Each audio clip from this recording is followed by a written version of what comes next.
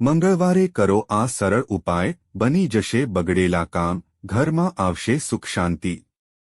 જ્યોતિષ શાસ્ત્ર કુંડળીમાં મંગળને બળવાન બનાવવા માટે મંગળવારે ભગવાન હનુમાનની પૂજા કરવાની સલાહ આપે છે। મંગળવારના દિવસે ભગવાન હનુમાનની પૂજા કરવાથી મંગલ દોષ દૂર થાય છે। ધાર્મિક માન્યતા છે કે સંકટ મોચનની ભક્તિ કરવાથી સાધકના તમામ ખરાબ કાર્યો દૂર થવા લાગે છે, તેમજ સાધકને અપાર બળ પ્રાપ્ત થાય છે। મંગળવારના દિવસે ભગવાન હનુમાનની પૂજા કરવાથી મંગલ દોષ દૂર થાય છે। ધાર્મિક માન્યતા છે કે સંકટ મોચનની ભક્તિ કરવાથી સાધકના તમામ ખરાબ કાર્યો દૂર થવા લાગે છે, તેમજ સાધકને અપાર બળ પ્રાપ્ત થાય છે। મંગળવાર હનુમાનજીને સમર્પિત છે। આ દિવસે ભગવાન શ્રી રામની સાથે હનુમાનજીની વિશેષ પૂજા કરવામાં આવે છે। આ ઉપરાંત મંગળવારે ઉપવાસ પણ રાખવામાં આવ્યા છે। જ્યોતિષ શાસ્ત્ર કુંડળીમાં મંગળને બળવાન બનાવવા માટે મંગળવારે ભગવાન હનુમાનની પૂજા કરવાની સલાહ આપે છે।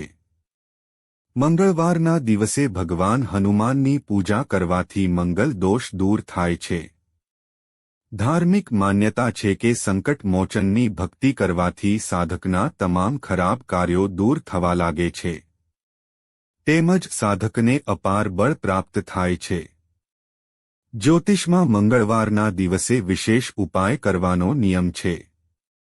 જો તમે પણ જીવનમાં પ્રવર્તતી સમસ્યાઓથી છુટકારો મેળવવા માંગતા હોવ તો મંગળવારે આ સરળ ઉપાયો અવશ્ય કરો। મંગળવારના ઉપાયો: 1. જો તમે આર્થિક સંકટમાંથી મુક્તિ મેળવવા માંગતા હોવ તો સતત 7 મંગળવારે સ્નાન અને ધ્યાન કર્યા પછી નજીકના હનુમાન મંદિરમાં જાઓ અને બજરંગ બલીને ગુલાબની માળા અર્પિત કરો। આ સમયે ઓછામાં ઓછા 7 વાર હનુમાન ચાલીસાનો પાઠ કરો। આ ઉપાય અપનાવવાથી આર્થિક સંકટની સમસ્યા દૂર થઈ જાય છે।